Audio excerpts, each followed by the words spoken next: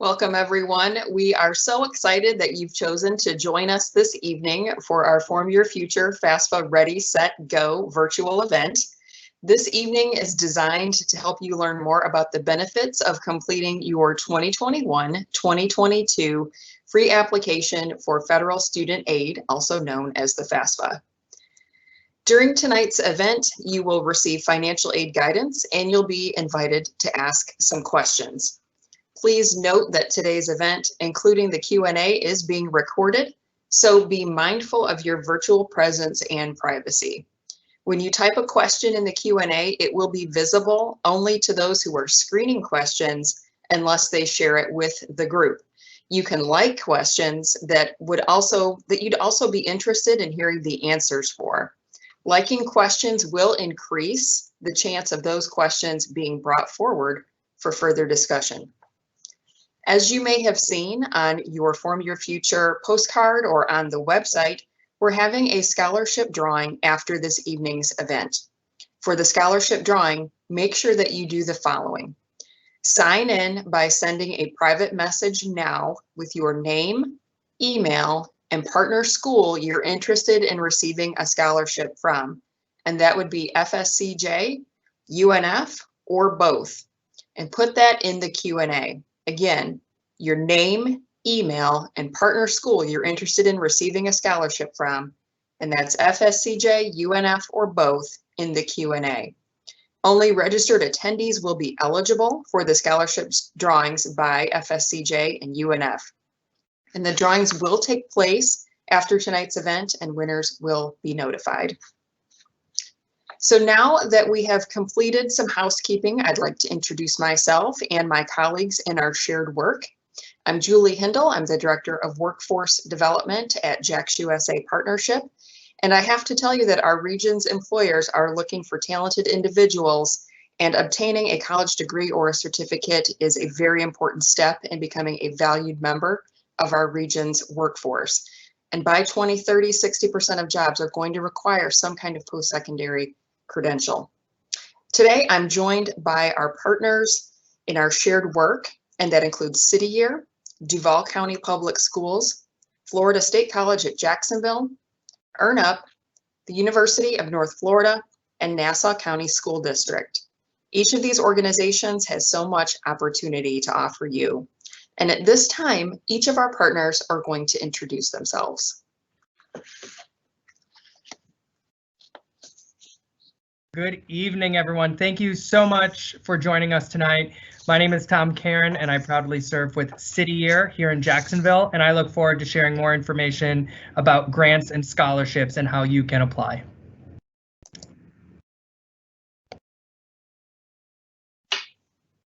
Hello, everyone. I'm Terry Hollingshead. I am proud to serve as an Associate Director of Recruitment for Florida State College at Jacksonville. I will be sharing information with you this evening about the work study program and the student loan program.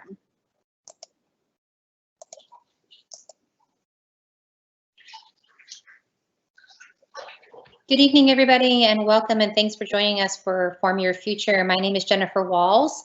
I am the Assistant Director of Marketing for FSCJ, and I will be helping to moderate the Q&A. So looking forward to hearing all your great questions.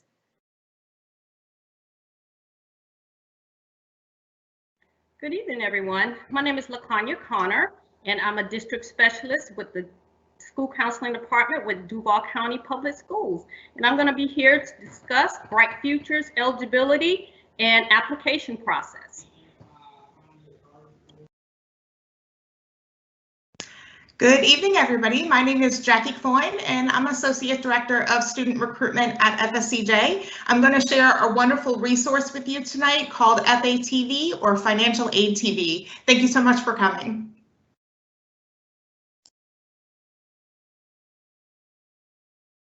Excellent. So we're going to show you our agenda for this evening. And as you can see on your screen, we're going to review a good bit of content with you tonight about financial aid. The Q&A feature is available, and we will answer a few questions, as you can see, in each segment, but the questions will also be answered in a separate segment as well. So no worries, we have plenty of opportunity to address questions that you may have. And just to let you know that the resources we're sharing today are going to be available beyond tonight's event. So the resources and presentations that we're sharing and more are going to be on the Form Your Future website, and that is fscj.edu/future. And again, that will be great reference for you in moving forward. And at this time, based on our agenda, we're going to be learning more about financial aid basics. So you're going to hear from Tom Karen from City Year and Terry Hollingshead from FSCJ about topics like grants and scholarships, as well as loans and work study. Tom. All right, thank you, Julie. All right, so we're going to start with two areas of financial aid sources that you probably have heard and may be most comfortable with, and those are scholarships and grants. And then my teammate Terry will speak of two lesser known sources of potential financial aid. First, I want to start with norming around what we mean when we say financial aid and all of the various expenses that financial aid could potentially cover.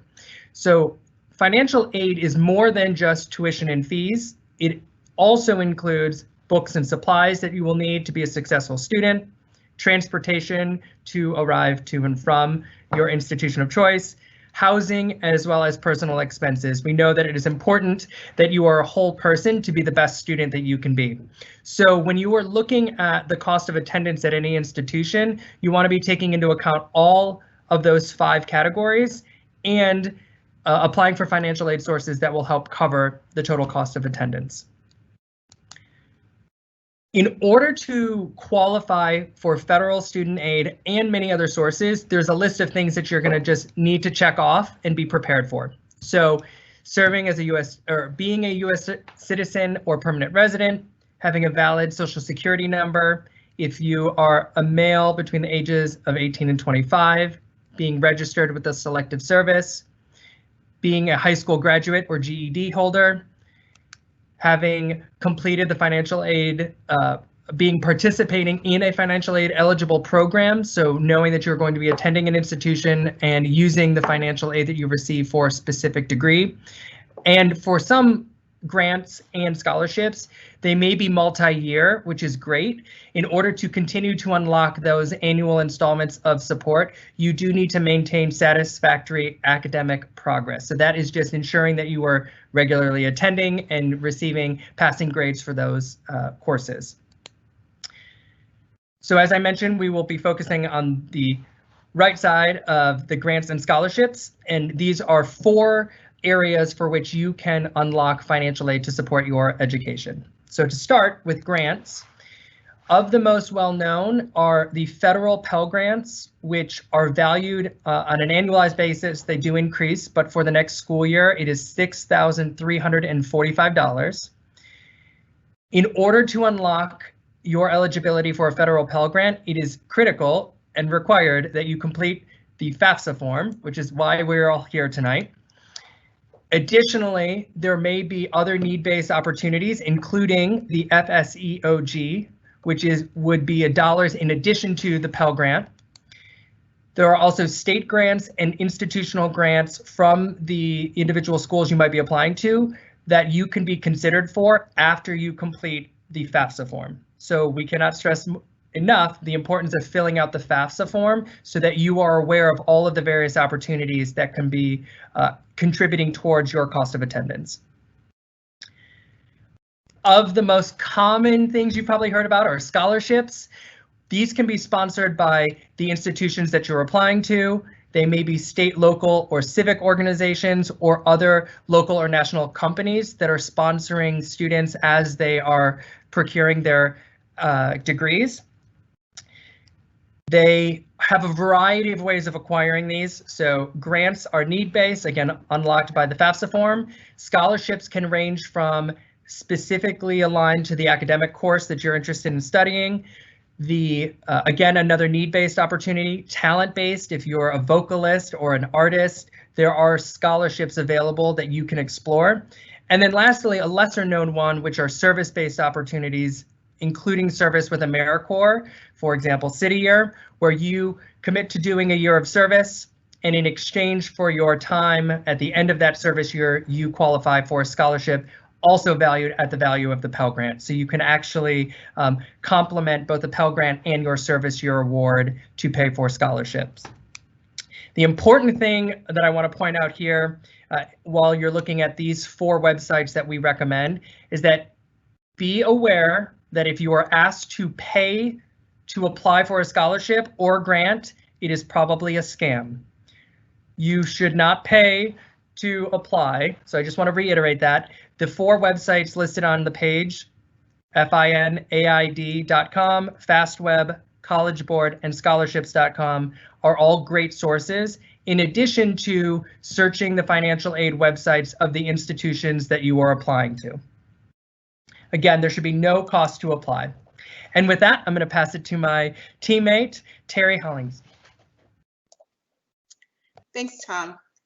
Tom gets to talk about really fun financial aid resources that do not have to be repaid or earned in the same way, and he left the less fun, less glamorous aid to me to talk about. But I'm still very excited to talk to you about federal work-study program and student loans. They don't get as maybe as much lip service as the other types of aid, but they are really an important part of a financial aid package.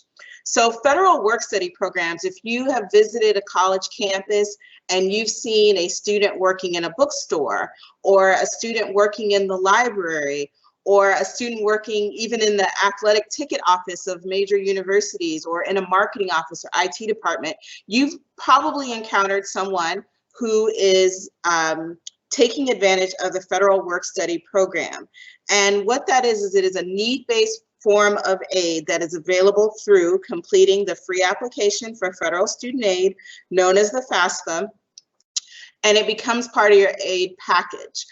So students who are qualified for federal work-study can have access to on-campus jobs, and these jobs are going to range typically from 10 to 20 hours per week. So it's not meant to be in direct conflict with your primary responsibility of being a student. In fact, they are renowned for having flexible schedules. I know at the Office of Recruitment and Admissions here at FSCJ, our work-study students provide us with their semester class schedule, and we build their work schedule, their 10 to 20 hours, around their class schedule and not the other way around. So we're very flexible and mindful of the #1 priority of a work-study student is to study. The wages are paid directly to the student, so you're not waiting for a financial aid disbursement at the beginning of a semester.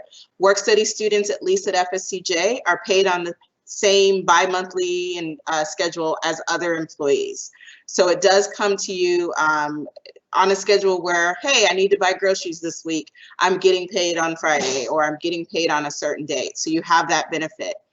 The wages are typically going to be minimum wage or higher, depending on the job description. So it puts it in great competition for other jobs you might consider outside of school. As someone who's pursuing a degree, a lot of jobs that may be available to you are probably going to fall in that wage area. And so it's nice to know that work-study jobs can be competitive there. And a great benefit is that work-study is an opportunity for students to align their work with their area of study. So for example, a student studying marketing and graphic design may want to apply for a work study or student assistant position in the college's marketing department.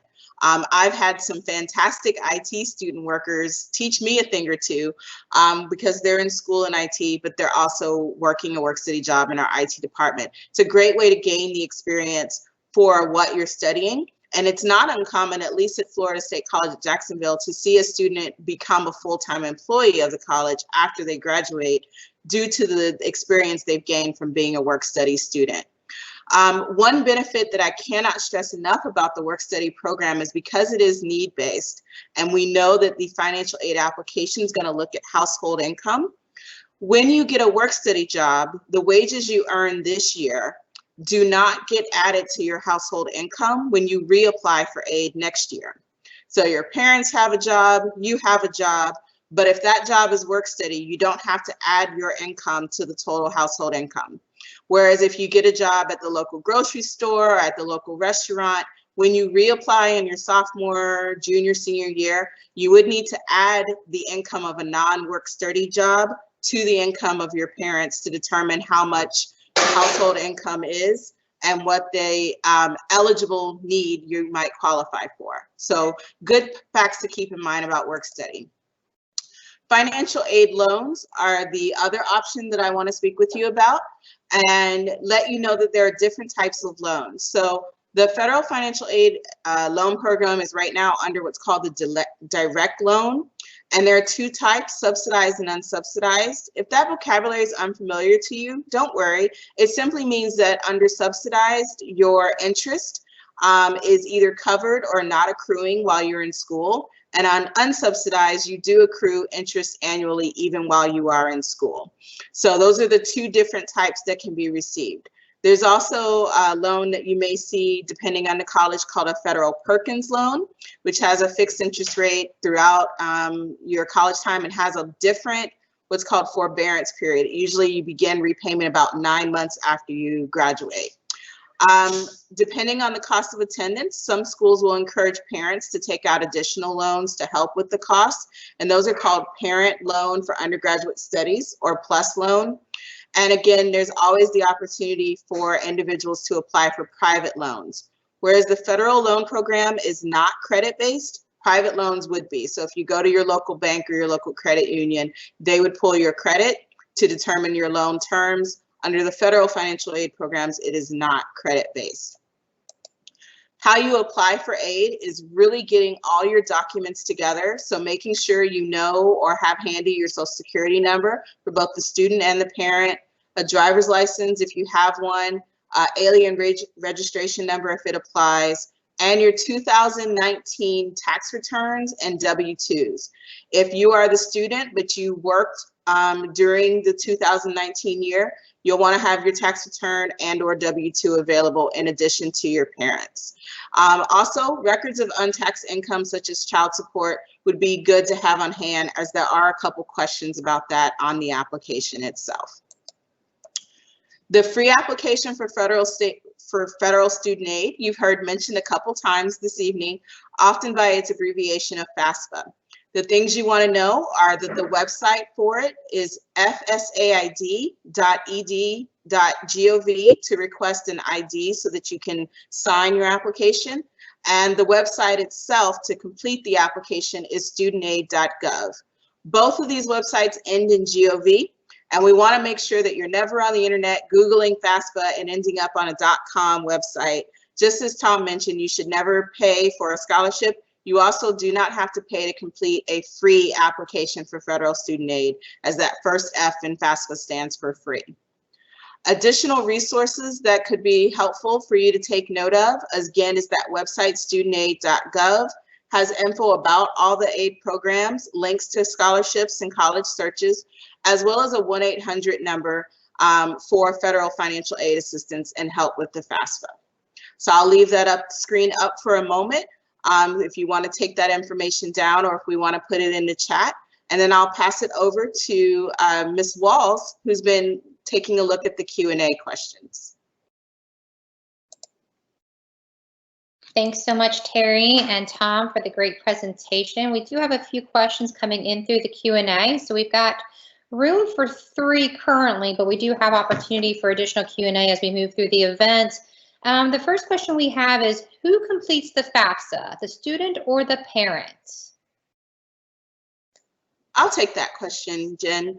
The FAFSA is actually going to be completed by both parties, so consider it a family activity.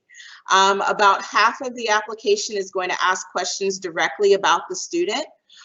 Where does the student want to go to school? Is the student planning to live on campus, off campus? What is the student's financial resources that they're bringing to college?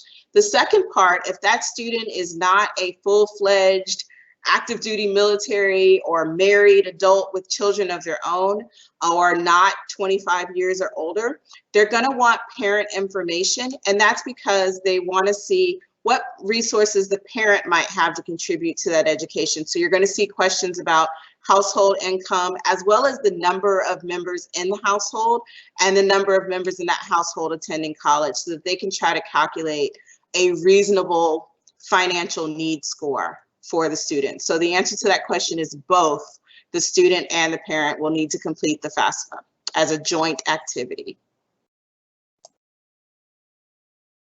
Great, thanks so much, Terry. The next question we have, if student's parent income does not qualify student for grants, is there still a benefit for doing the FAFSA? And I'll take that one. The answer is absolutely and emphatically yes, yes, yes, yes. So while you don't want to make any assumptions about the opportunities for grants, and while you may not qualify for one grant, it is helpful for the institutions that you're applying for to have an understanding of all the information presented by the FAFSA. So don't make any assumptions and count yourself out for the potential opportunities. If you do not complete the FAFSA, you will never know. So we cannot emphasize enough the importance of completing this task and then becoming more aware of the potential grants and scholarships available to you. So yes, strongly encourage the completion of the FAFSA. If I could add one thing to that, at least at FSCJ, a lot of our scholarships also, as part of the application, require that the scholarship applicant has a completed free application for federal student aid. So it can not only help us match you to the appropriate things, oftentimes it's a criteria in the scholarship application itself. Regardless of what you qualify for, having taken the action to maximize what you may be eligible for is often a prerequisite for any other type of aid to come your way.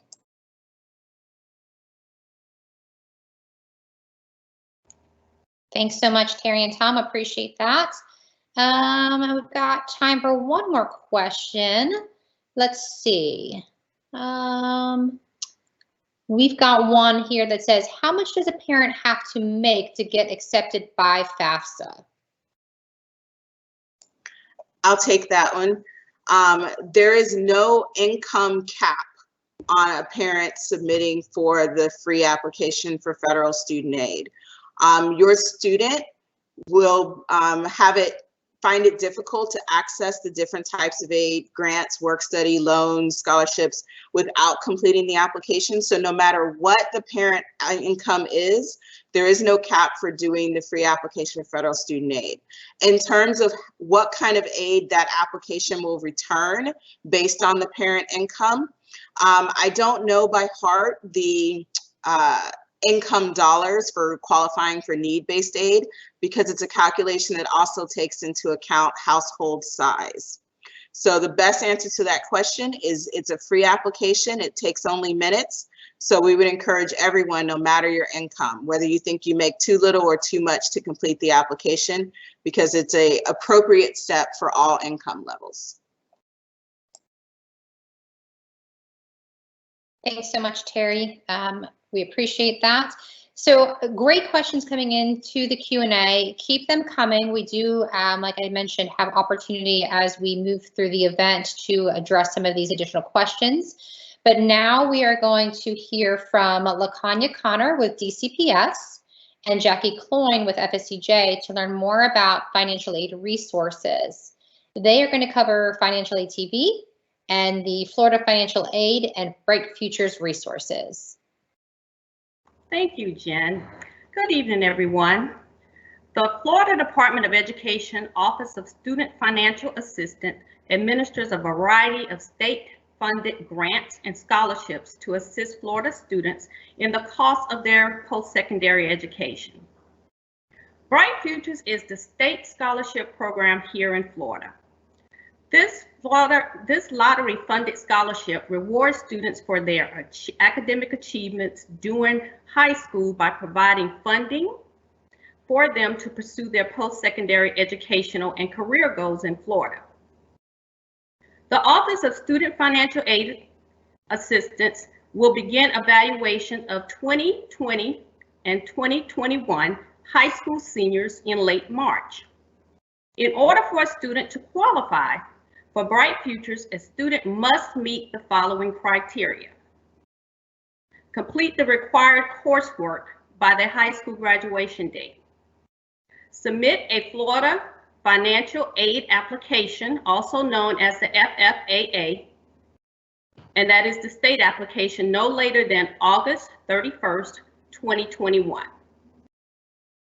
Achieve the required grade point average in the required coursework. complete the required number of community service hours, and achieve the required college entrance exam no later than June 30th, 2021. Coursework and service hours. The district will submit transcript for high school seniors in February after the first semester grades are reported. For early evaluations, transcripts must include 7th semester grades, which is the student's 9th grade year all the way through their first semester of 12th grade, as well as courses in progress for students' final semester and service hours earned during their high school through January 31st, 2021. And again, that's for early evaluation. As service hours, whether associated with a volunteer public service course or an international baccalaureate diploma, must be reported on the transcripts. Transcripts should accurately include all courses, grades, and service hours. Failure to report accurate transcript information may prevent or delay a student from qualifying for Bright Futures. With college admissions exams, the Office of Student Financial Assistant will evaluate students based on an official SAT or ACT test score obtained directly from the 2 national test companies through the state test repository. PERT scores are reported on the transcript for each student. For early evaluation, the office will use tests taken through January 31st, 2021. In order for the scores to be sent to the repository, students must request their official test scores be sent to one of Florida's 12 state public universities when registering for the ACT or the SAT. The demographic information between a student transcript and SAT registration or ACT registration must match exactly, or the scores will not properly load into the student's evaluation. Although ACT and SAT may offer test dates for 2021 high school graduates after June 2021, final evaluations for 2021 seniors will only consider test dates through June 30th, 2021. So now we're going to talk a little bit about the application process. All high school students should have the opportunity to receive both an early and final evaluation. The Office of Student Financial Assistance will only conduct an official evaluation if the student have submitted the state application and the school districts have provided an updated transcript. Florida Financial Aid application, which again is the FFAA, all high school seniors need to submit a completed application, also known as a state application, even if they're not planning to attend a Florida post-secondary institution immediately after high school graduation. The state application opened October 1st, 2020, where students are required to apply by high school graduation or no later than August 31st of their graduating year. This slide is the FFAA guide for reference when assisting students as they complete the application. Students who meet all the academic requirements but do not apply will not be eligible for the scholarship. You must apply. We encourage all seniors to apply as soon as possible to avoid any issues related to eligibility determination. For additional questions, please see your school counselor, or you can visit our district's website at duvalschools.org. Go to Departments, click on School Counseling, and then High School. And there's a list of resources that are available. Please remember, if you have additional questions, this form and all the forms related to Bright Futures can be found on our website, or you can see your school counselor. Now we'll turn it over to Jackie Clowen, who will provide you with some additional resources. Wonderful. Thank you so much, LaTanya. So this is Financial Aid TV, and this is actually right on the FSCJ website. So if you need another way to get there, you can go to fscj.edu and search for FATV. So Financial Aid TV is a really great resource when you're looking for short little videos on different things associated with the FAFSA. So if you're really just getting started in the process, you can actually click on Getting Started, and it'll bring up some different things for you to pull up. If you're applying right now and you want some information about applying, it'll pull up all of those things based on what you're clicking on. So my computer's going a little crazy right now. But it'll pull up those different, sorry, my computer is going very slowly, but it will pull up those videos associated with applying. So if you have a question on what is financial aid, you can go straight to that particular video. And once this loads, it will show you how to actually watch that video right here. They're actually very, very short typically. This one is only 47 seconds, so really doesn't take very long at all. One of the best things about it as well is on the right-hand side, you can actually see a full transcript of each video. So if you watch the entire video and want to go to something specific, you can actually go straight to the transcript and say, oh, this is the information that I wanted to go back to or I was looking for. So that's a really great way to kind of look up everything that you need to do with that. Also, if English is maybe your second language and you just really understand and read Spanish much better, you can go ahead and click Español, and that will change everything over to Spanish. So everything in the video will be Spanish. All of the transcripts as well will be Spanish for your information. And then there's also some really great things here to ask a question. So if you wanted to click on that, you would just put your name, your email address, and your question, and that would let somebody at FSCJ know that you have this question, and they can go ahead and reach out to you to answer that question for you.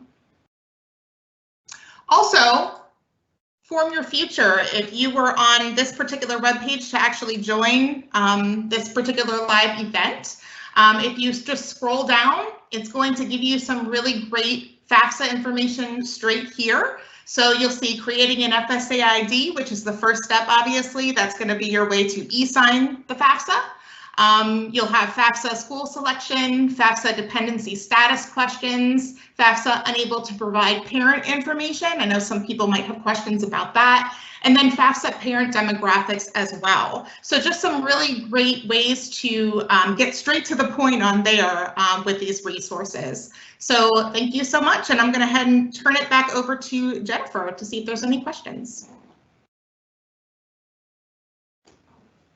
Thanks so much, LaKanya and Jackie.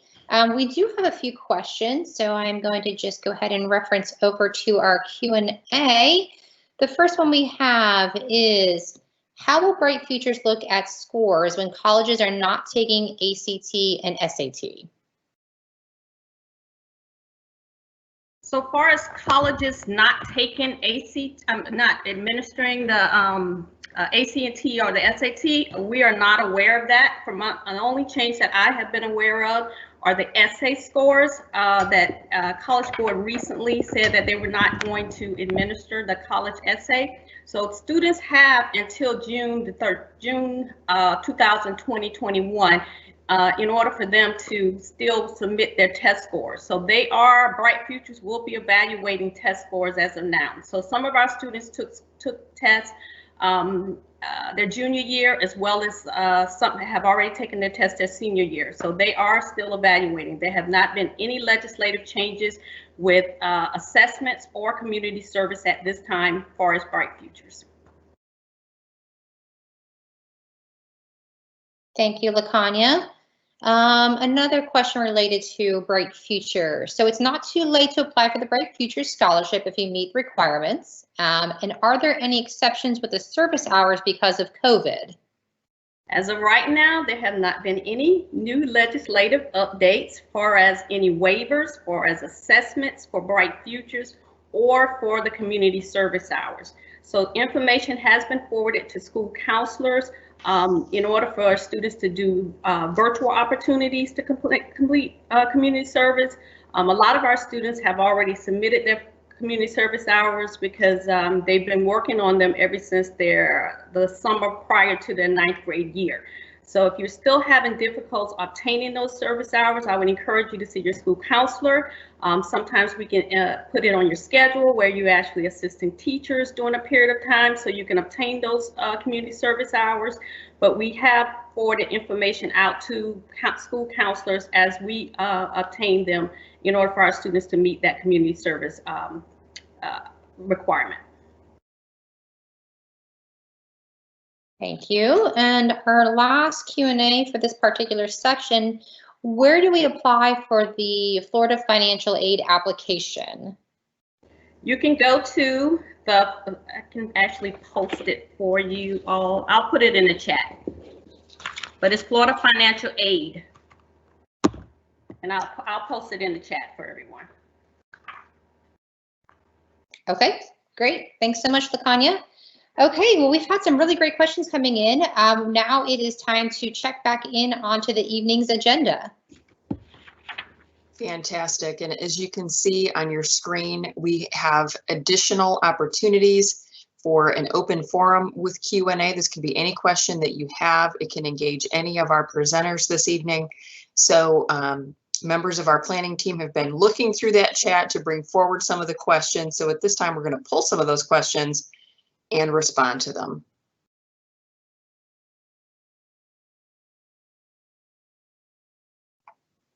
Okay, thank you so much, Julie. I am just going to go here through and kind of look through our chat to see what we have and see what we've covered already. Here's a question. Are work-study wages the same in every school? Jen, I'll take that question. The work-study wages being at least the minimum wage mean that it can vary by what state the school you're interested in attending. So Florida schools will abide by making sure their work-study positions pay at least the Florida minimum wage or higher. If you go to school in Georgia, it would abide by Georgia. So the short answer to the question is it will vary both by state as well as by institution and the job that you apply for. So depending on the complexity of the work-study job that you apply for, even within the same school, the wages could be different.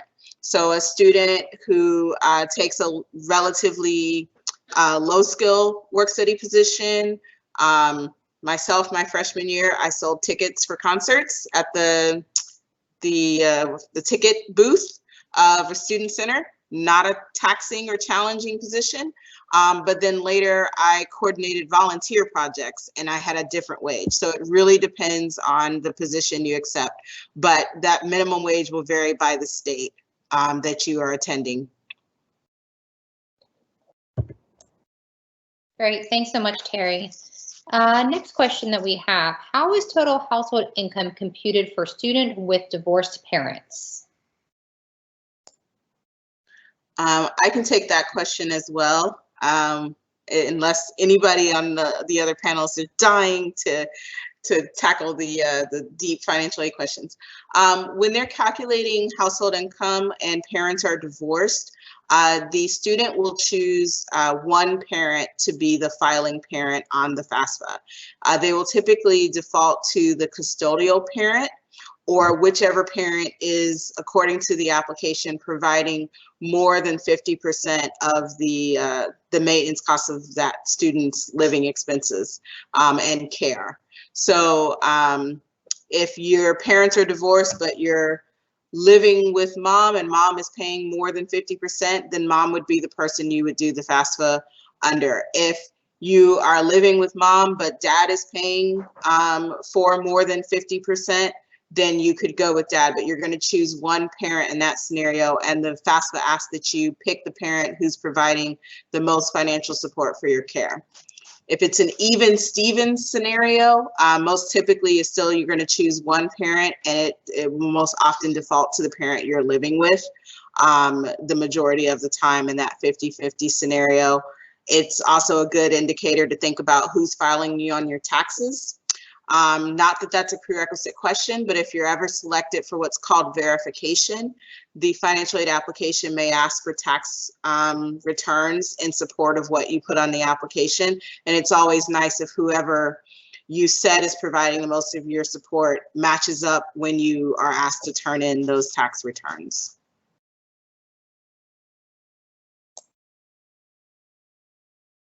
Great, thank you, Terry. Our next question, can you pause the FAFSA application as you go? Someone may be trying to complete it over a series of days as needed.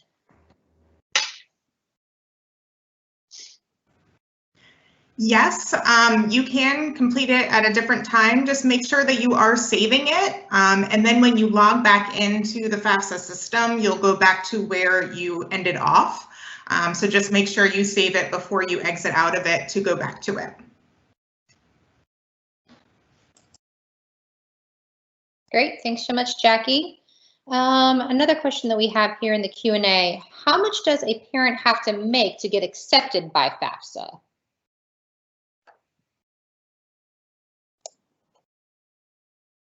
I think we also did that question during one of the breakout, mini breakout question and answer, but just to reiterate, there is no minimum or maximum income for a parent to complete the FAFSA.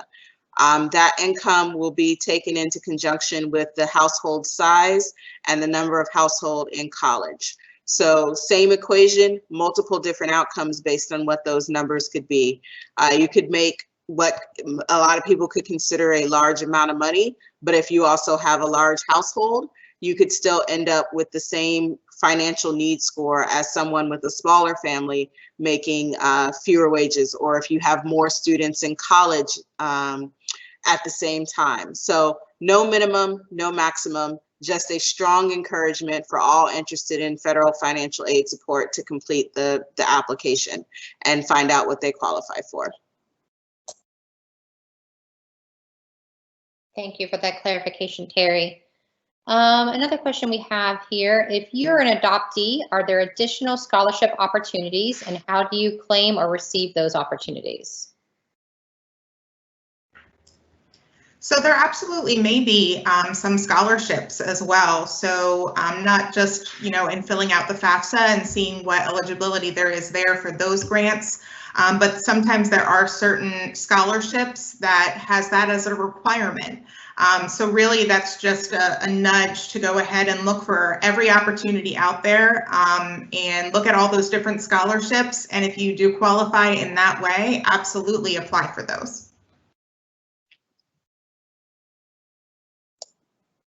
There's a question on the FAFSA that will ask about foster and adoptee status and what years of your life or what age you were adopted or became a foster if you're still in the foster stage.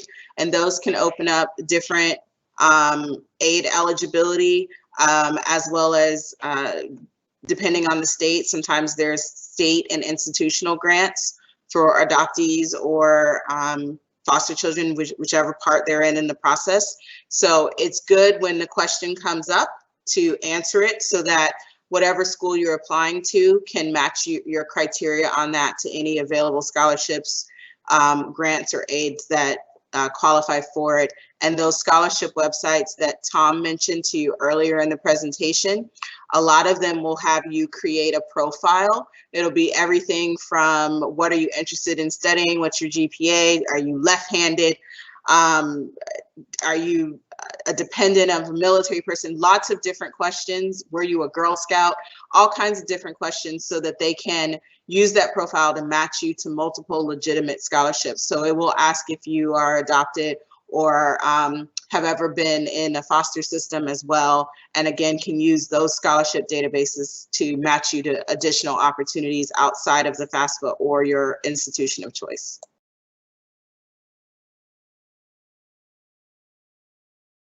Thank you so much.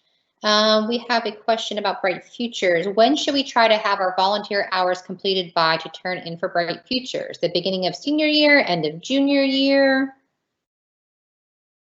The earlier the better. What we try to emphasize to students is that, you know, like for early evaluation, those transcripts are at this point already completed, but we haven't submitted them to the state yet to Bright Futures for evaluation. So what generally happens, students, and I hope you're listening and I hope parents are out there who can just kind of emphasize this. Your senior year, we try to give you a lot of time management skills because everyone is not operating on the same calendar timeline that you are. So at this point, what happens with your community service hours, you submit them to your counselor, and then your counselor has to verify that those community service hours are, you know, they were provided by the correct person. And then they have to submit them to the data entry person. So it's already gone through 2 hands already. And then that data entry person has to put them into the system. In the meantime, we're sending the transcripts and your community service hours are sitting on someone's desk. So you're gonna miss an opportunity. So to answer your question, we transmit the first evaluation by March, at the beginning of, mid-February.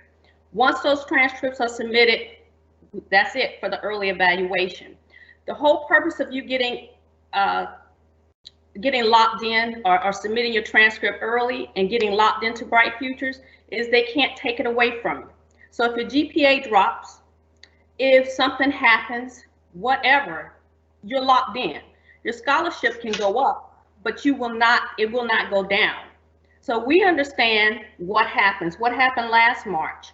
What happened was COVID, everything changed. It changed the lives of those seniors and you know, their post-secondary option. It altered that.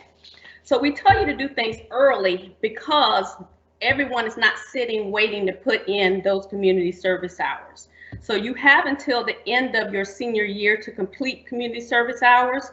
The very end of your graduation date, you can turn community service hours in. But again, you waiting on a counselor who has all these other things that have to be done.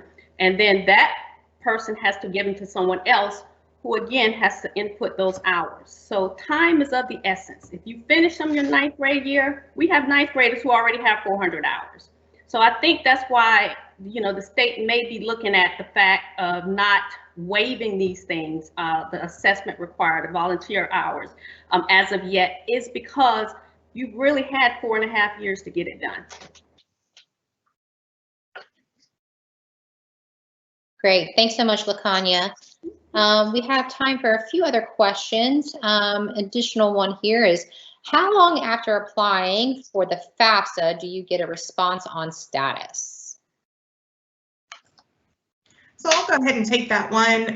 Typically, once you submit your FAFSA, they're going to tell you that you'll receive an email in 1 to 3 business days. Could be a little bit longer than that, but when the email comes to you, it'll state your eligibility.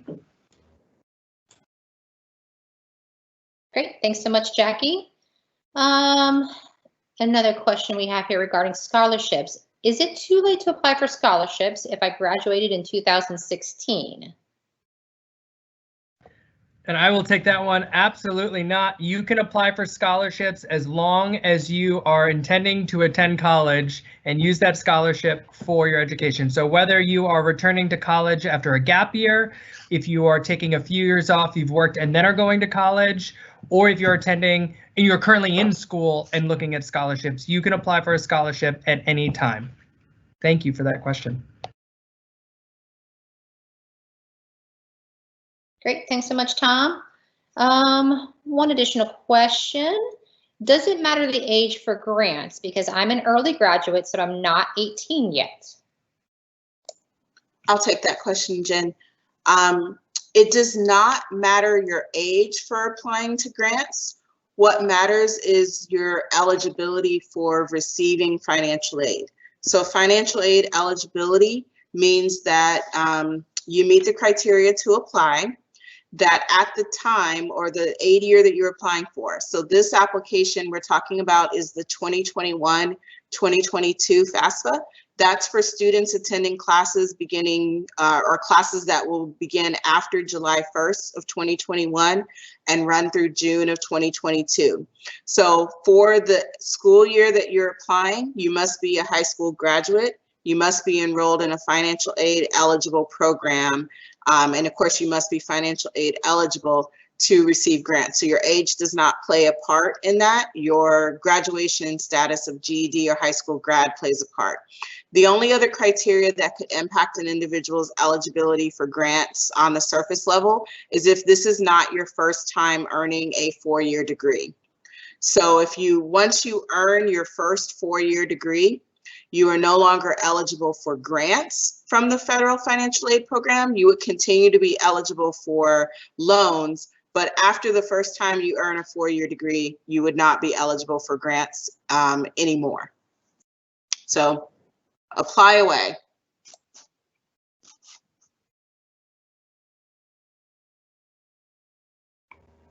Great, thanks so much, Terry. I see that we've got a few responses in the Q&A thread here too, so I think we've got time for maybe one more. I'm just kind of looking through here to see if there's topics we have not covered. We have one here. I have a difficult relationship with my parents. What if they refuse to help with FAFSA or filling out their wages? Can I still fill it out? I'll take that question as well too. And thank you for asking that question, whoever did, because it does come up quite frequently. The process of can I apply for financial aid if my parents are unwilling or uncooperative? Yes, there is a question on the FAFSA when you get to parent information if it determines that you are dependent, which means you need parent information. It will ask you, I will provide parent information or I will not provide parent information. If parent information is requested but not provided, it can impact your eligibility. So the eligibility for need-based aid will not be able to be determined because there's no accurate way to calculate household income without parent information. And you will find yourself definitely needing to go through a much more detailed process with the financial aid office of your school. Either documenting, explaining, or trying to go through the proper procedures to make sure that they can award you financial aid and have an explanation for why we're not able to provide parent information. But the first step of doing the free application for federal student aid, yes, it can be submitted. There's a question on there that allows you to do that. That will notify your financial aid office that you may have a unique situation that needs further exploration. Applying for it in that particular situation, though, does not mean that you will ultimately be awarded. It depends on the reasons that you and your parents have that estranged relationship or are not able to be in contact. So if there is any way to make amends, to persuade or educate so that that parent does get involved, that is definitely the more straightforward and much more assured way to end up with financial aid eligibility. But if that's not an option, it's still worth doing the process and collaborating with your financial aid office at the school of your choice to see whether you qualify for any exceptions on providing that parent information.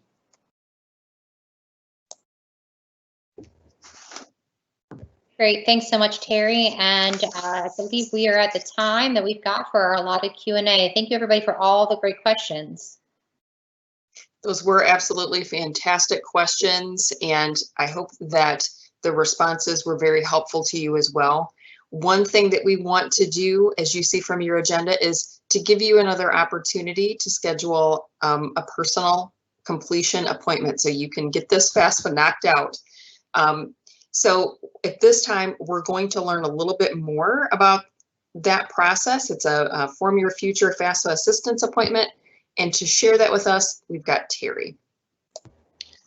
Hi, everyone. On the screen, you will see just a preview image of after the event, what the fscj.edu/future page will be modified to look like. It's where you went to join today's live event. You will see an updated option there to get help with the FAFSA and the ability to book FAFSA completion appointments for this week. on Wednesday and Thursday between the hours of 2 and 6, and this Friday between the hours of 9 and noon. And be able to work with experienced financial aid professionals from FSCJ, either from the Office of Recruitment and Admissions or our financial aid team. So again, you just go back to fscj.edu/future. And if you click on that Get Help with FAFSA, it's going to take you to, and I'll share this webpage, it'll take you to an appointment booking website when you click on that link, where you can book that 30 minutes time to have someone walk with you or talk with you through the financial aid application process. So again, you see the 3 days available, the 27th, 28th, and 29th, and the time slots there. All the names of the different representatives who are available to assist. For most flexibility, allow it to match you with anyone who's available at your desired time. But if you have a particular person or a recruiter that you're familiar with from your school, if they're available at your time, you can select them by name. And there will be a little bit of details here, your name, email, and phone number, any special questions or requests that you have for us. And then we will ask whether you have already requested an FSA ID, and we encourage you to do so and make sure that both the student and the parent have an FSA ID prior to that appointment time. When you submit it, you'll get a confirmation. You can also opt to get a text message reminder. You'll get one the day before and 15 minutes before your appointment, reminding you to jump on the computer and be ready to go. You will get a link in there for a virtual meeting via Teams, so that the person assisting you can not only talk with you, but if it becomes necessary, can even do screen sharing with you to help you navigate if they are on the video conference with you. If you do not have video conference availability, that's okay. By providing your phone number, they will still reach out to you during your appointment time if they open the meeting and you are not present. And that is all there is to that. So a very, very easy process to help you take everything you've learned today to the next step and hopefully complete your financial aid application before the week is out. Fantastic. Thank you so much, Terry. And we certainly hope that those of you that are still with us this evening will take advantage of this tremendous opportunity. And on behalf of the Form Your Future Planning Committee, again, we want to thank you for joining us this evening. We encourage you to continue using the Form Your Future website. Again, we've been showing that periodically, fscj.edu/future, because today's presentation has been recorded for your reference and for sharing with others. Resources have been provided by each member of our planning committee, and those are also going to be available on our website, kind of showcasing all of the different services and the information and collateral that we all have that can definitely be useful to you. There's a wealth of information that's going to be housed on that website. So please check back, and it will assist you in determining how to get engaged in a variety of different pathways. Again, please make sure that you have messaged us through the Q&A, your name, email, and schools of interest. And again, that's FSCJ, UNF, or both, to be eligible for the available scholarships that we've been talking about this evening. We will leave the event live for a couple of minutes to ensure that you can complete this and be entered in the scholarship drawing. Again, winners will be notified at a later date. And once again, Q&A, your name, email, and schools of interest, FSCJ, UNF, or both. And of course, on behalf of the Planning Committee, we wish you the very best in your educational endeavors moving forward. Have an excellent rest of your evening. Thank you so much.